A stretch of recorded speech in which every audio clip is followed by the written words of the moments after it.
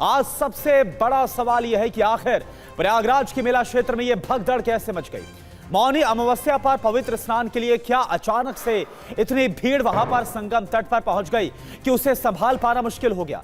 क्या सिस्टम की लापरवाही और बद इंतजामी की वजह से कई लोगों की मौत हो गई। महाकुंभ में हादसे के बाद अब यूपी सरकार और प्रशासन पर कई गंभीर सवाल खड़े हो रहे हैं। आखिर क्या कारण रहे कि 7,500 करोड़ खर्च होने के बाद भी 30 लोगों को अपनी जान महाकुंभ में गंवानी पड़ गई। सवाल यह भी है कि क्या 3 दिन पहले ही स्थिति आउट ऑफ कंट्रोल हो गई थी? अगर हां तो फिर इसके लिए प्रशासन ने तैयारी क्यों नहीं की? क्राउड मैनेजमेंट का जो प्लान हादसे के बाद अमल में लाया गया उसे पहले लागू क्यों नहीं किया गया? सिस्टम आखिर कैसे धराशायी हो गया? इसका जवाब आखिर कौन देगा? ये तमाम बड़े सवाल हैं। और अब आपको महाकुंभ हादसे से जुड़ा पूरा अपडेट बताते हैं। मुख्यमंत्री ने हादसे की न्यायिक जांच के आदेश देते हुए 3 सदस्यीय न्यायिक जांच आयोग का गठन किया है। इलाहाबाद हाईकोर्ट के रिटायर्ड जज हर्ष कुमार के नेतृत्व में जांच कमेटी गठित की गई है और ये कमेटी 15 दिन में जांच रिपोर्ट पेश करेगी। तो अब महाकुंभ मेले में व्यवस्था सुधार के लिए 2 नए अफसर तैनात किए गए हैं। अनुभवी अफसर आशीष गोयल और भानु गोस्वामी को जिम्मेदारी सौंपी गई है। और साथ ही जो घायल हुए श्रद्धालु उनकी मदद के लिए हेल्पलाइन नंबर को भी जारी किया गया है। तो फिलहाल वीआईपी प्रोटोकॉल पर भी आंशिक तौर पर रोक लगा दी गई है। मेला प्रशासन की तरफ से इंतजाम सुधारने के लिए भी कदम उठाए गए हैं। कुंभ मेले को लेकर 5 बड़े बदलाव किए गए। अब नो व्हीकल जोन के साथ 1 वे रूट का भी कदम उठाया गया है और इसके अलावा वाहन प्रवेश पर रोक लगा दी गई है। तो खास ट्रैफिक प्लान को तैयार किया गया। 360 स्पेशल ट्रेन भी श्रद्धालुओं के लिए चलाई गई है। तो महाकुंभ हादसे से जुड़ा एक और अपडेट आपको बता दें। उत्तर प्रदेश के मुख्य सचिव और डीजीपी जाएंगे प्रयागराज। आज प्रयागराज में होंगे मुख्य सचिव और डीजीपी। महाकुंभ हादसे की समीक्षा करेंगे कि आखिर कहां पर क्या गलती हो गई, क्या हुआ जिसके बाद इतना बड़ा हादसा हो गया जिसमें 30 लोगों की मौत हो गई। और वहीं क्राउड मैनेजमेंट का जो प्लान हादसे के बाद अमल में लाया गया है उससे पहले लागू क्यों नहीं किया गया? वहीं कौशाम्बी जिले में होल्डिंग एरिया में रोके गए वाहनों को कौशाम्बी प्रशासन ने धीरे धीरे करके छोड़ा। करीब 5 घंटे बाद कौशाम्बी से 600 वाहनों को प्रयागराज के लिए धीरे धीरे रवाना किया गया। श्रद्धालुओं की सुविधा के लिए मेला प्रशासन द्वारा हेल्पलाइन नंबर 1920 जारी किया गया है, जिस पर यदि कोई व्यक्ति गायब है तो उसके संबंध में जानकारी प्राप्त की जा सकती है। हाँ, कोकराज के होल्डिंग एरिया में हमने बड़ी सी एलईडी लगाई है जिससे श्रद्धालुओं को हम लोगों ने ऑनलाइन दर्शन भी करवाए प्रयागराज कुंभ के। बाकी व्यवस्था इसमें सही चल रही है। हमारे पुलिसकर्मी सारी जगह पे मौजूद हैं। और वहीं महाकुंभ हादसे की 2 थ्योरीज हैं जो सामने आ रही है। भगदड़ की पहली वजह क्या है यह आपको बताते हैं। सीधा बिग वॉल का इंफॉर्मेशन वॉल का रुख करें। भगदड़ की पहली वजह अमृत स्नान के चलते पांटूल पुल बंद थे। हमने लगातार कल आपको अपनी कवरेज में वो तस्वीरें भी दिखाई थी। लाखों की भीड़ इकट्ठा होती चली गई और इसके बाद हालात आउट ऑफ कंट्रोल हो गए। बैरिकेड्स में फंसकर कुछ लोग गिरे हैं और यहां से हालात धीरे धीरे और ज्यादा खराब हुए। श्रद्धालु गिरने से फिर वहां पर भगदड़ मच गई। उन हालात से लोग निकलने की होड़ में थे। अब भगदड़ की दूसरी वजह क्या?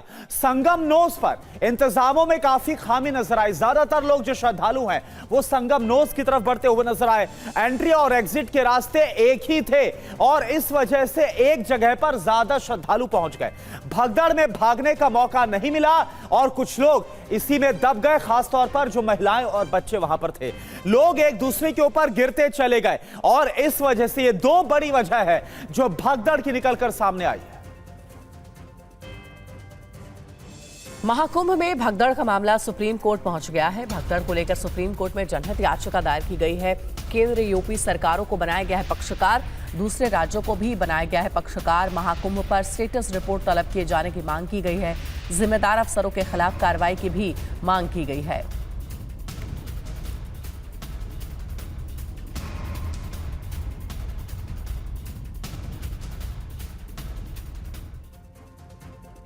और वहीं महाकुंभ मामले पर सियासी सवाल भी खड़े हो गए। वहीं यूपी सरकार में कैबिनेट मंत्री संजय निषाद ने अब अपने बयान पर सफाई पेश की है। उन्होंने कहा कि उनकी जुबान से चूक हो गई, यह घटना दुखद और बड़ी है। अव्यवस्था का जिम्मेदार कौन है? घटना बड़ी है, हम छोटी नहीं मान रहे। जुबान से चूक है, लेकिन ये दुखद घटना मैंने कहा, दुखद की जगह पर छोटी है। जो श्रद्धालु जो जिनकी भगदड़ में मृत्यु हुई है, हम लोग प्रार्थना करेंगे ईश्वर से कि उनको आत्मा को जो है शांति मिले और उनके परिजनों के प्रति जो है संवेदना प्रकट करते हैं। और बहुत ही दुखद घटना हुई है, तो उसकी हम लोग चाहेंगे कि भाई जो कभी रह गई है उसको दुरुस्त किया जाए। मैं महादेव से प्रार्थना करता हूं कि उनकी आत्माओं को अपने श्री चरणों में स्थान दें, उनकी आत्माओं को शांति दें और जो लोग इससे घायल हुए हैं वो जल्द से जल्द ठीक हों और सरकार जो प्रबंध उन्होंने करे हैं उसको एक बार फिर से रिव्यू कर उसे और बेहतर करे ताकि इस प्रकार की कोई भी घटना फिर ना हो। और इस बीच मुख्यमंत्री योगी आदित्यनाथ ने 3 अहम ऐलान भी किए हैं। पहले ऐलान में सीएम ने मृतकों के परिजनों को 25 लाख रुपए मुआवजा देने की घोषणा की है। इसके अलावा दूसरी जरूरी घोषणा न्याय कमेटी के संबंध में की गई है। प्रदेश सरकार की तरफ से 25-25 लाख रुपए की आर्थिक सहायता की घोषणा भी कर रहे हैं। न्यायिक आयोग इस पूरे मामले को देख करके एक समय सीमा के अंदर राज्य सरकार को अपनी रिपोर्ट देगा। आने वाले स्नान के लिए भी हम और कैसे व्यवस्था को और सुदृढ़ किया जा सकता है, इसके बारे में भी कल मुख्य सचिव और डीजीपी स्वयं एक बार प्रयागराज जाकर के उन सभी मुद्दों को देखेंगे। तो प्रयागराज में जो बड़ा हादसा हुआ, इसके बाद अब महाकुंभ मेले में सरकारी इंतजामों पर सवाल खड़े हो रहे हैं। आप सुनिए हादसे के बाद क्या कह रहे हैं श्रद्धालु।